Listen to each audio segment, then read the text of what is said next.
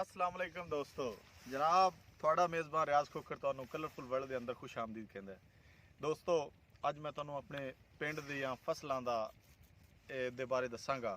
ਬੜੇ ਦਿਨਾਂ ਬਾਅਦ ਅਸੀਂ ਆਏ, ਦੇਖੋ ਕੱਚੇ ਰਸਤੇ ਤੇ ਪਿੰਡ ਦਾ ਮਸਤ ਮਾਹੌਲ।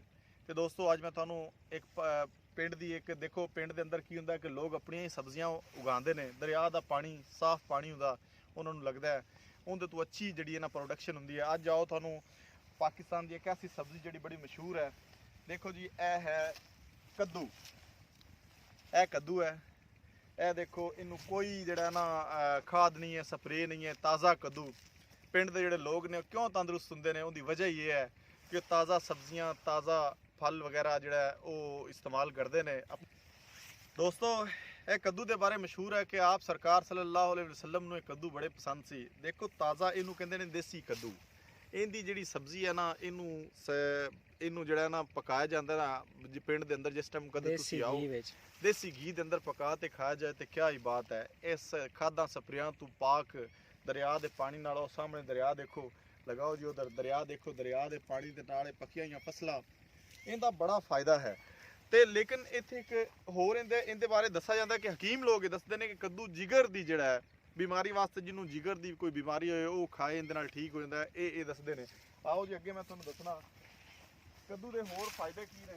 दोस्तों अज असीं खुद जिहड़ियां ना ये सब्जियां इत्थों लै ते जावांगे और खुद पकावांगे और इन्हां दा मज़ा ही अलग है। तुहानूं बाज़ारां दियां और शहरां दे गंदे पानी दे नाल पक्कियां होईयां फसलां जिहड़ियां ना वो मिलदियां ने, लेकिन ਇਹ ਜਿਹੜੀ ਪਿੰਡ ਦੇ ਅੰਦਰ ਸਬਜ਼ੀ ਜਾਂਦੀ ਹੈ ਉਹਨੂੰ ਕੋਈ ਮੰਡੀ ਦੇ ਅੰਦਰ ਰਸਾਈ ਨਹੀਂ ਮਿਲਦੀ।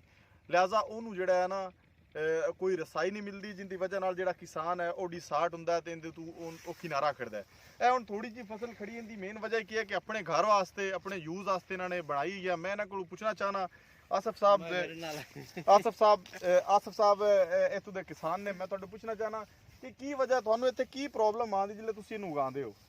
प्रॉब्लम सर यही आती है भी एक तो सानू मंडी ते रेट नहीं मिलता, इन्नी मेहनत के बावजूद इन्नी पैकिंग इन्नी करनी पैंदी है, फिर इन्हू इन्नी फासला तोड़ना पैंदा है क्योंकि इनकी मेन मसला भी है जो ऊपर इनकी नज़र आ रही ना कथ वगैरह, जी जी, ये ऊपर ना लगाएं तो फिर ये काला हो जाता है। ठीक है, अच्छा, इतनी मेहनत के बावजूद ये हमें रेट नहीं मिलता। अच्छा, रेट नहीं मिलता। रेट की प्रॉब्लम की वजह से इस वजह नाल तुसीं जिहड़ा है ना उजाड़ी जा रहे हो? बिल्कुल इसी वजह से।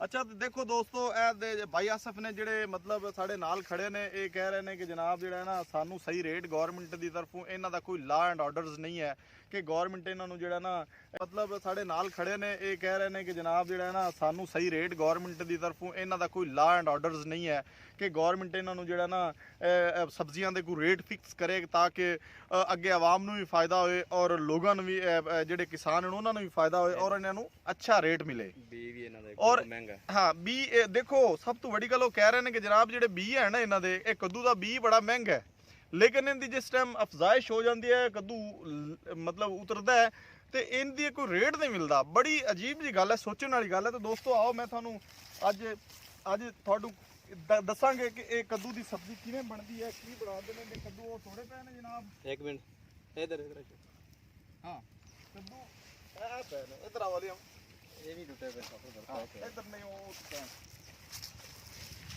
है। देखो जनाब ए कद्दू नूं सुबह फर्स्ट टाइम लोग उठते ने, सुबह फर्स्ट टाइम लोग उठते ने जनाब, कद्दू नूं तोड़ते ने, ठीक है ना। ਇਹ ਕੱਦੂ ਜਿਸ ਟਾਈਮ ਤੋੜਤੇ ਤੇ ਇਹਨਾਂ ਨੂੰ ਜਿਹੜਾ ਨਾ ਛਾਪਰ ਦੇ ਅੰਦਰ ਪੈਕ ਕਰਤੇ ਤੇ ਮੰਡੀ ਤੱਕ ਲੈ ਜਾਂਦੇ ਨੇ, ਲੇਕਿਨ ਅੱਗੇ ਜਿਸ ਟਾਈਮ ਜਾਂਦੇ ਇਹਨਾਂ ਦਾ ਰੇਟ ਨਹੀਂ ਹੈ। ਜੋ ਹੀ ਰੇਟ ਨਹੀਂ ਹੁੰਦਾ ਤੇ ਕਿਸਾਨ ਨੂੰ ਇਹਦਾ ਬੜਾ ਨੁਕਸਾਨ ਹੁੰਦਾ, ਜ਼ਹਿਨੀ ਤੌਰ ਤੇ ਵੀ ਡਿਸਾਰਟ और लोगों ਨੂੰ ਜਿਹੜੀ ਮੁਨਾਫਾ ਜਿਹੜੀ ਫਾਇਦਾ ਦਿੰਦੀ ਸਬਜ਼ੀ ਆ ਉਹਦੇ ਮੁਤਲਕ ਵੀ ਜਿਹੜਾ ਨਾ ਲੋਕਾਂ ਨੂੰ ਜਿਹੜਾ ਨਾ ਇਹ ਨਾਪੈਦ ਸਮਝ ਲਓ ਹੋਣ ਦਾ ਇੱਕ ਜ਼ਰੀਆ ਬਣ ਰਿਹਾ ਕਿ ਰੇਟ ਨਾ ਮਿਲਣਾ। ਮੈਂ ਹਕੂਮਤ ਦੇ ਕੋਲ ਨੂੰ ਡਿਮਾਂਡ ਕਰਾਂਗਾ ਕਿ ਕਿਸਾਨ ਜਿਹੜੇ ਛੋਟੇ ਲੈਵਲ ਤੇ ਕੰਮ ਕਰ ਰਹੇ ਨੇ, ਸਬਜ਼ੀਆਂ ਉਗਾ ਰਹੇ ਨੇ, ਉਹਨਾਂ ਨੂੰ ਅੱਛਾ ਰੇਟ ਮਿਲਣਾ ਚਾਹੀਦਾ ਹੈ ਔਰ ਉਹਨਾਂ ਨੂੰ ਬੀਜ ਵੀ ਅੱਛੇ ਮਿਲਣੇ ਚਾਹੀਦੇ ਨੇ, ਅੱਛੇ ਸਸਤੇ ਬੀਜ ਮਿਲਣੇ ਚਾਹੀਦੇ ਨੇ। ਥੈਂਕ ਯੂ ਜਨਾਬ। ਰਿਆਜ਼ ਖੋਖਰ ਤੁਹਾਨੂੰ ਕਲਰਫੁਲ ਵਰਲਡ ਦੇ ਅੰਦਰ ਖੁਸ਼ ਆਮਦੀਦ ਕਹਿੰਦਾ। ਅੱਲਾ ਹਾਫਿਜ਼।